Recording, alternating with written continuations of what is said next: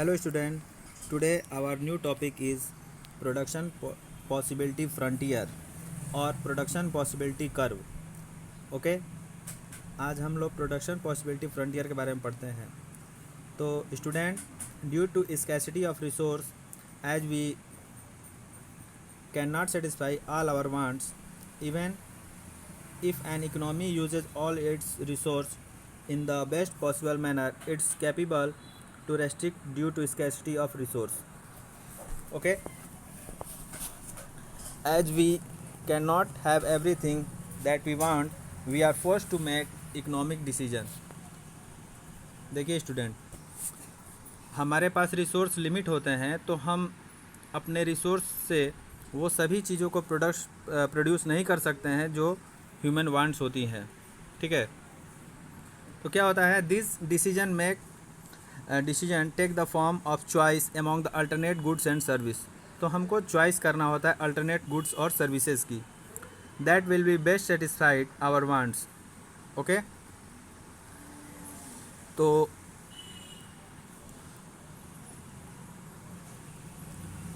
Eight the choice is to be made between infinity possibilities, the economist assumed a very basic economy with the only two goods, for example guns and butter. ठीक है, economists have traditionally represent this range of choice by what they call a production possibility schedule. तो production possibility frontier क्या है? Production possibility frontier refer to a graphical representation of possible combination of two goods that can be produced with the given resource and technology. ये production possibility frontier क्या है? एक graphical representation है जिसमें हम दो गुड्स के कॉम्बिनेशन को, प्रोडक्शन के कॉम्बिनेशन को शो करते हैं. ठीक है, एक कांस्टेंट जो रिसोर्स और टेक्नोलॉजी है उसके द्वारा. ठीक है, इसके कुछ एजम्पशन भी हैं, एजम्पशंस ऑफ पीपीएफ या assumption of production possibility frontier. तो फर्स्ट एजम्पशन में है कि the amount of the resource in an economy is fixed. जो अमाउंट है वो फिक्स है, but this resource can be transferred from one use to another use. लेकिन वो जो रिसोर्स है उसको हम ट्रांसफ़र कर सकते हैं एक यूज़ से दूसरे के यूज़ में.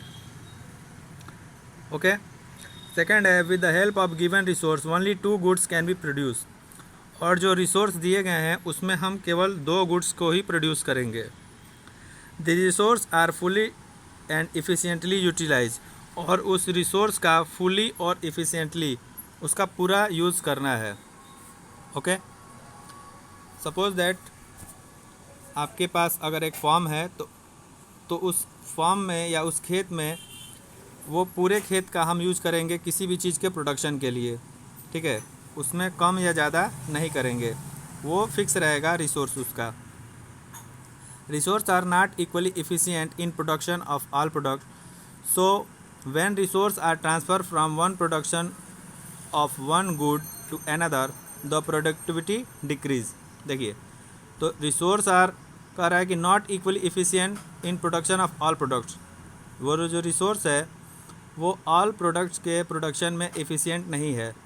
तो क्या होता है कि when resource are transfer from production of one goods to another, तो यदि हम अपने रिसोर्स को ट्रांसफ़र करते हैं एक गुड्स से दूसरे गुड्स की ओर, तो प्रोडक्टिविटी क्या होती है? घट जाती है. एक एग्जांपल के लिए मैं आपको बता रहा हूँ कि सपोज दैट आपके पास अगर खेत है, तो देखिए, अगर ये कोई फॉर्म है, कोई खेत है, ठीक है, तो उसमें जो है हमको वीट और राइस प्रोड्यूस करना है. तो यदि हम पूरे खेत पे वीट का प्रोडक्शन करते हैं, ठीक है, और राइस नहीं करते हैं, तो राइस का प्रोडक्शन क्या हो जाता है? ज़ीरो हो जाता है. और यदि हम पूरे खेत पे राइस का ही प्रोडक्शन करते हैं तो वीट का क्या हो जाएगा? वीट ज़ीरो हो जाएगा. ओके, या फिर सपोज दैट अगर हमारे पास वही खेत है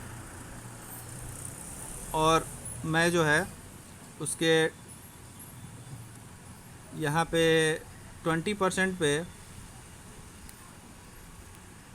वीट का प्रोडक्शन करता हूँ तो 80% पे क्या हो जाएगा, राइस का प्रोडक्शन।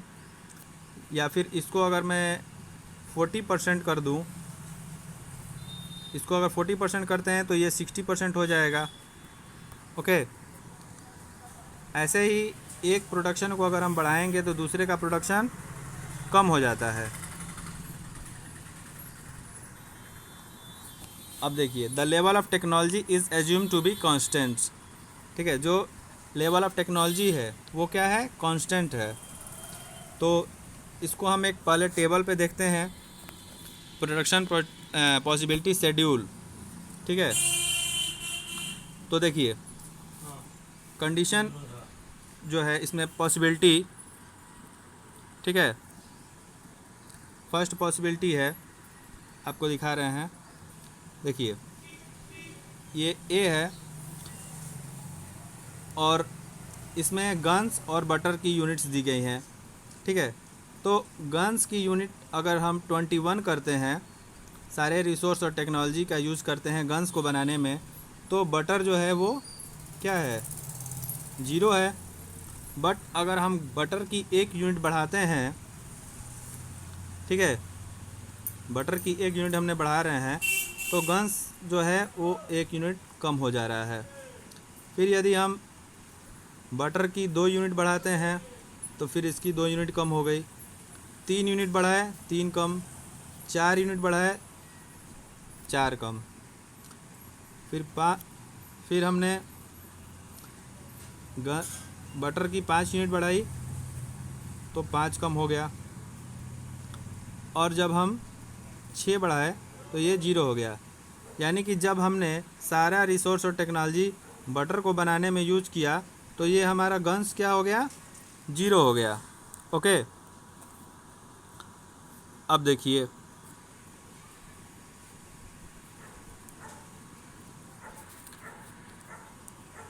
इसके बाद ये एमओसी है। ठीक है, एमओसी मतलब होता है मार्जिनल अपॉर्चुनिटी कॉस्ट। ठीक है, तो ये हमको क्या शो करता है, MOC refers to the number of unit of a commodity sacrifice to gain one additional unit of another commodity। ठीक है, कि हमने जो है यूनिट ऑफ कमोडिटी सेक्रीफाइस, यानी कितने यूनिट कमोडिटी को सेक्रीफाइस किया, to gain one additional unit of another commodity, दूसरे कमोडिटी के एडिशनल गेन के लिए कितना सेक्रीफाइस किया है। ठीक, अब देखिए तो एमओसी कैसे निकालते हैं। तो एमओसी जो होता है वो delta sacrifice upon delta gain. Okay, अब देखिए तो जब हमने यहाँ पे एमओसी, फर्स्ट में तो डैश है क्योंकि जब हम गन्स का प्रोडक्शन, सारा प्रोडक्शन गन्स का कर रहे हैं और बटर का 0 है, तो यहाँ पे एमओसी क्या हो गई, 0 हो गई, कुछ भी नहीं है। बट यहाँ पे 1 है, तो जब 1 है यानी कि जब हमने गन्स का प्रोडक्शन जो है क्या किया है, कम किया है, कितना, तो 21 से 21, और ये हमारा गेन हुआ है 1, तो MOC equal to delta sacrifice upon delta gain, यानी कि 1/1, तो इक्वल टू में क्या आ जाएगा, 1 आ जाएगा। फिर वैसे ही जब हमने यहाँ पे 2 सेक्रीफाइस किया है और यहाँ पे जो हमको गेन हुआ है वो 1 से 2, यानी कि गेन हमको 1 ही हुआ है, तो इसको लिखेंगे 2/1 इक्वल टू 2, तो यहाँ 2 है। वैसे ही जब हमने इसमें 3 सेक्रीफाइस किया, 3 यूनिट सेक्रीफाइस किया, तो यहाँ भी गेन कितना हो रहा है, 1 ही हो रहा है, 2 से 3 हो रहा है, यानी 1 गेन हो रहा है, तो ये क्या हो गया, 3/1 इक्वल टू 3, तो देखिए यहाँ पे 3 हो गया। ओके, इतना आप समझ गए।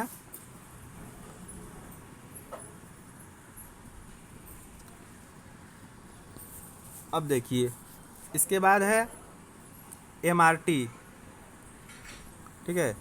MRT वही बता रहा है delta gun by delta butter या change gun upon change butter. MRT क्या है? MRT एक रेशियो है, ratio of number of units of a commodity sacrifice to gain an additional unit of another commodity, ठीक है। यानी जो हमने सेक्रीफाइस किया है और जो हमने गेन किया है उसका ये रेशियो बताता है, ठीक है। यानी हमने गन्स में एक को सेक्रीफाइस किया है, गन्स में एक सेक्रीफाइस किया तो बटर में एक यूनिट बढ़ा है, तो 1 गन रेशियो 1 बटर। और इसमें 2 सेक्रीफाइस हुआ है तो 2 गन, और इसमें गेन कितना हुआ है 1 से 2 हुआ है तो 1 गेन हुआ है, तो ये क्या हो गया, बटर की एक यूनिट बढ़ रही है, तो 2 गन्स रेशियो 1 बटर, ठीक है। फिर 3 सेक्रीफाइस हो रहा है, 3 यूनिट्स में कम हो रहे हैं और हमको बटर की एक यूनिट एडिशनल मिल रही है, तो 3 रेशियो 1, 4 रेशियो 1, ओके। तो यही है MOC और MRT। अब देखिए इसी चीज़ को हम ग्राफ पे भी रिप्रेजेंट करते हैं। इसमें एक ग्राफ दिया गया है, ठीक है। इसमें एक कर्व बना के दिखाया है आपको, और इसमें कुछ देखिए आपके पॉइंट्स भी हैं। If the economy uses all its resource to produce only guns then maximum of 21 units of gun and no butter can be produce. Point A देखिए, ये जो पॉइंट ए है, पॉइंट ए पे मैक्सिमम क्या है, maximum 21 unit gun का production हो रहा है, और उस समय जो बटर है, ये नीचे बटर का यूनिट दिया है तो वो क्या है 0 है। बट अब कह रहा है on the other hand if all resource are use for butter then maximum 6 unit of butter and no gun can be produce. Point जी, और यहाँ पे पॉइंट जी है। जी पे क्या है कि हम सारा रिसोर्स का यूज़ जो है बटर बनाने में कर रहे हैं, तो वहाँ पे गन्स की प्रोडक्टिविटी कितनी हो गई है, 0 हो गई है, ठीक है। In between there are various possibility when different combination of guns and butter. और उसके बाद क्या है, इसमें डिफरेंट कॉम्बिनेशन बन सकते हैं गन्स और बटर के प्रोडक्शन के।